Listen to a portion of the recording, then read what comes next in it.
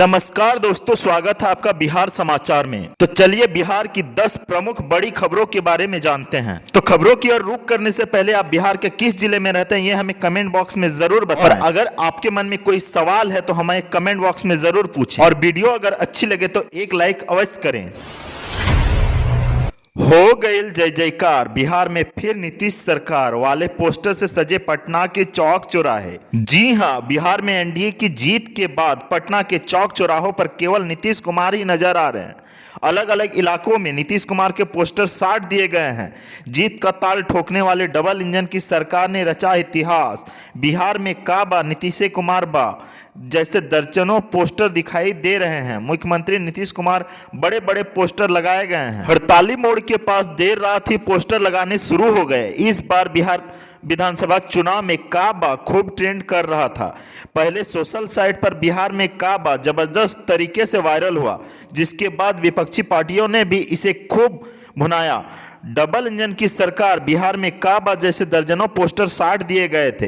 अब एनडीए की जीत के बाद जदयू पलटवार कर रही है। हड़ताली मोड़ के पास लगाए गए एक पोस्टर में लिखा है, बिहार में का बा फिर से नीतीश कुमार बा। उजला बबुआ, रात की बात थी लेकिन जश्न तो अभी शुरू हुआ था। जैसे जैसे बढ़त मिलती गई, हौसला बढ़ता गया। जीत के करीब पहुंचते ही तैयारियां शुरू हो गई। बिहार में एक बार फिर से एनडीए की सरकार बनने के बाद देर रात ही राजनीतिक गलियारे गुलजार होने लगे। कार्यालय के बाहर जहां जीत का जश्न मनाया जा रहा था, वहीं चौक चौराहे पर फिर से नीतीश कुमार वाले पोस्टर लगने शुरू हो गए। यही वजह है कि सुबह पटना के चौक चौराहों पर मुख्यमंत्री नीतीश कुमार का स्वागत करते दिख रहे थे। रिजल्ट आया तो राजद और कांग्रेस कार्यालय में पसरा सन्नाटा। सीएम आवास पर गहमागहमी। बिहार विधानसभा चुनाव परिणाम आने के बाद पार्टी दफ्तरों में सन्नाटा है। रात 2-2:30 बजे तक भाजपा कार्यालय और राबड़ी आवास के बाहर गाड़ियां लगी थी। कांग्रेस और राजद कार्यालय में आज सुबह से ही सन्नाटा पसरा रहा। पूरे वीरचंद पटेल पथ, जिसमें 3 बड़ी पार्टियां राजद, भाजपा और जदयू के कार्यालय हैं, वहां गर्माहट काफी कम दिखी। कहीं थकान, कहीं उदासी तो कहीं निश्चिंतता दिखी। एक अन्य मार्ग यानी मुख्यमंत्री नीतीश कुमार के आवास पर सुबह से ही काफी गहमागहमी थी। जदयू के कार्यकारी प्रदेश अध्यक्ष अशोक चौधरी रात लगभग 2 बजे तक मुख्यमंत्री आवास में रहे और मंत्रणा होती रही। नीतीश कुमार के आवास से कुछ कदम की दूरी पर ही राजभवन है। बाएं गर्दन घुमाए तो मुख्यमंत्री आवास और दाएं घुमाए तो राजभवन। इसीलिए आज का दिन उस चौराहे पर रौनक ज्यादा रहेंगी जहां बीच में देश के प्रथम राष्ट्रपति का प्रतिमा है।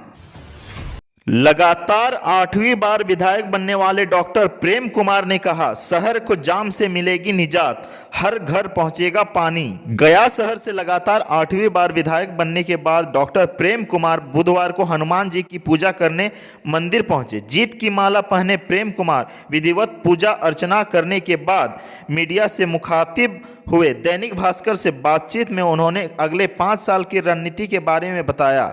गया शहर को ट्रैफिक जाम की समस्या से निजात दिलाना, हर घर जल और गैस पाइपलाइन पहुंचाना इनकी प्राथमिकताओं में है। इन्होंने कहा कि गया शहर को ट्रैफिक की समस्या से जल्द ही निजात मिलेगी।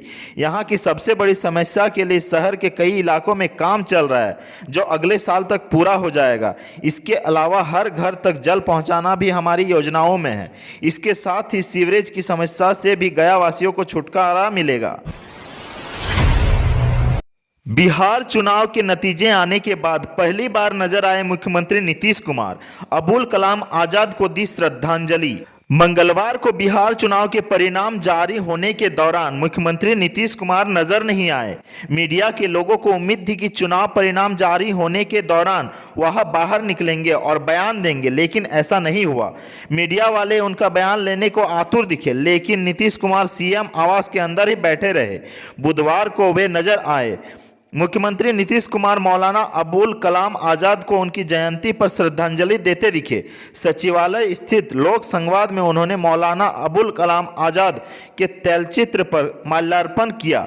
उन्होंने देश के पहले शिक्षा मंत्री को नमन किया और उन्हें श्रद्धांजलि अर्पित की। उधर विकासशील इंसान पार्टी के प्रमुख मुकेश सहनी बुधवार को मुख्यमंत्री नीतीश कुमार से मिलने सीएम हाउस गए। हालांकि वे सीएम से मिलने गए क्यों गए इस बारे में जानकारी नहीं मिल पाई है। बताया जा रहा है कि यह एक औपचारिक मुलाकात थी। इस बीच बौद्ध धर्मगुरु दलाई लामा ने बिहार विधानसभा चुनाव में एनडीए की जीत पर नीतीश कुमार को बधाई दी है।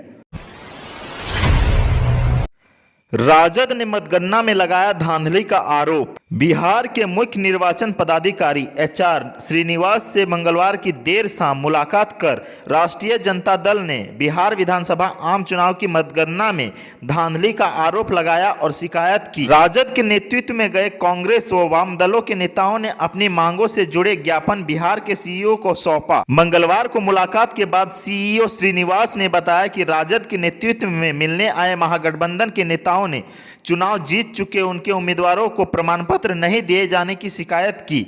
उन्होंने प्रतिनिधि मंडल को आश्वस्त किया कि सभी जीत चुके उम्मीदवारों का जीत का प्रमाण पत्र समस्त उपलब्ध करा दिया जाएगा। महागठबंधन के नेताओं ने चुनावी धांधली का आरोप लगाते हुए चुनाव आयोग से शिकायत की है।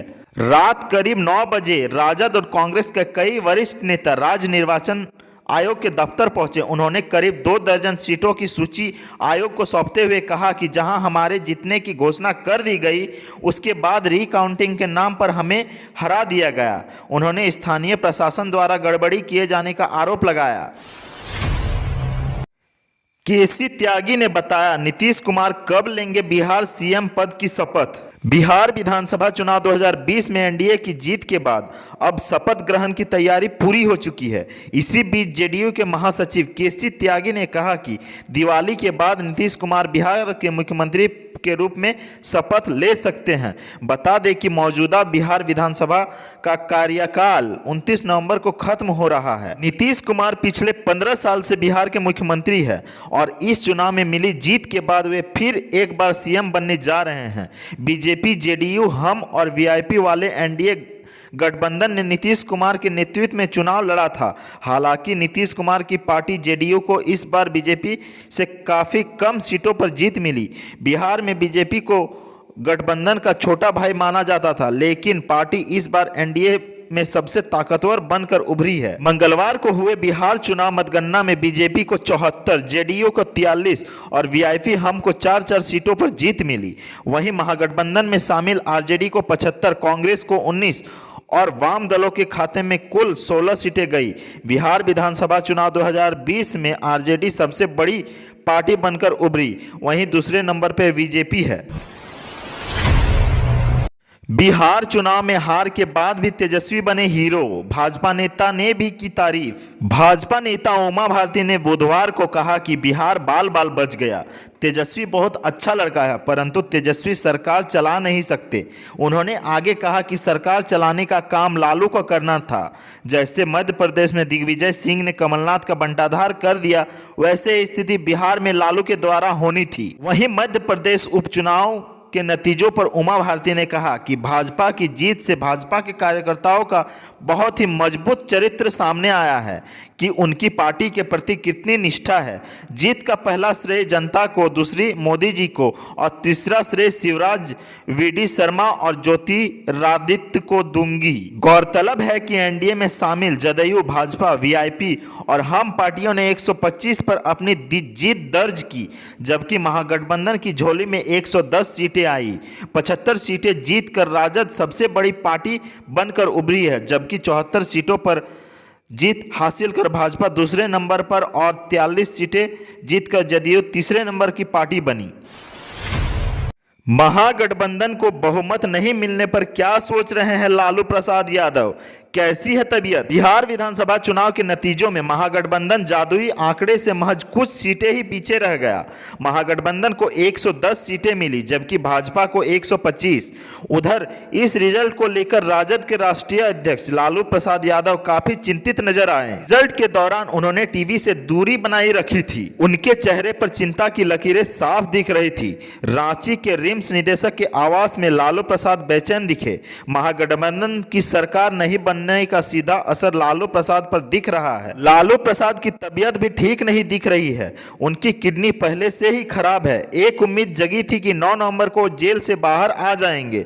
चारा घोटाले के दुमका कोषागार मामले में उनकी आधी सजा पूरी हो चुकी है और इसी आधार पर 9 नवंबर को उन्हें जमानत मिलने की संभावना थी, लेकिन जमानत की सुनवाई टल गई है। अब उन्हें छठ से पहले बाहर आने की कोई संभावना नहीं है, यानी उनका इंतजार बढ़ गया है। संभव है कि इस दुख का भी असर लालू की सेहत पर पड़ा है। नीतीश के नेतृत्व में मजबूती से बनेगी सरकार, सीएम से मिलने के बाद वीआईपी विधायक का बयान। बिहार विधानसभा चुनाव में एनडीए को स्पष्ट बहुमत मिलने के बाद नीतीश कुमार के नेतृत्व में सरकार बनाने की तैयारी हो रही है। एनडीए में सबसे बड़ी पार्टी बीजेपी के नेताओं ने नीतीश को मुख्यमंत्री बनाने की बात कही है। बुधवार को सीएम से मिलने के बाद वीआईपी ने कहा कि नीतीश कुमार के नेतृत्व में मजबूती के साथ एनडीए की सरकार बनने जा रही है। सीएम आवास में नीतीश कुमार से मिलने के बाद वीआईपी के नवनिर्वाचित विधायक राजू सिंह ने कहा कि बिहार में बहुत जल्द ही सरकार बनने जा रही है। उन्होंने कहा कि वीआईपी के चारों विधायक एक साथ है और महागठबंधन के साथ कोई भी संपर्क नहीं है। जेडीयू के मुखिया नीतीश कुमार के नेतृत्व में बिहार में मजबूती से सरकार बनने जा रही है। चलिए अब बात करते हैं आखिरी खबर की। तो कल आएगा एमएलसी चुनाव का रिजल्ट। शिक्षक और स्नातक निर्वाचन के 8 सीटों पर फैसला। बिहार विधानसभा चुनाव का रिजल्ट आ जाने के बाद अब हर किसी की निगाहें एमएलसी चुनाव के परिणाम पर टिकी है। गुरुवार को बिहार में स्नातक और शिक्षक निर्वाचन क्षेत्र के 8 सीटों का रिजल्ट आने वाला है। कल राज्य के 4 शिक्षक निर्वाचन क्षेत्र की सीटों और 4 स्नातक निर्वाचन क्षेत्र के सीटों का निर्वाचन परिणाम घोषणा की जाए। सुबह 8 बजे से मीठापुर स्थित आर्यभट्ट ज्ञान विश्वविद्यालय मतगणना केंद्र पर मतों की गिनती होगी। मतगणना को लेकर सभी प्रशासनिक तैयारी पूरी कर ली गई है। मतगणना कार्य के शांतिपूर्ण संचालन और विधि व्यवस्था संधारण हेतु पर्याप्त संख्या में दंडाधिकारी, पुलिस पदाधिकारी एवं पुलिस बल की प्रतिनियुक्ति की गई है। इसी तरह बिहार से जुड़ी खबरों के लिए बने रहें हमारे साथ। धन्यवाद।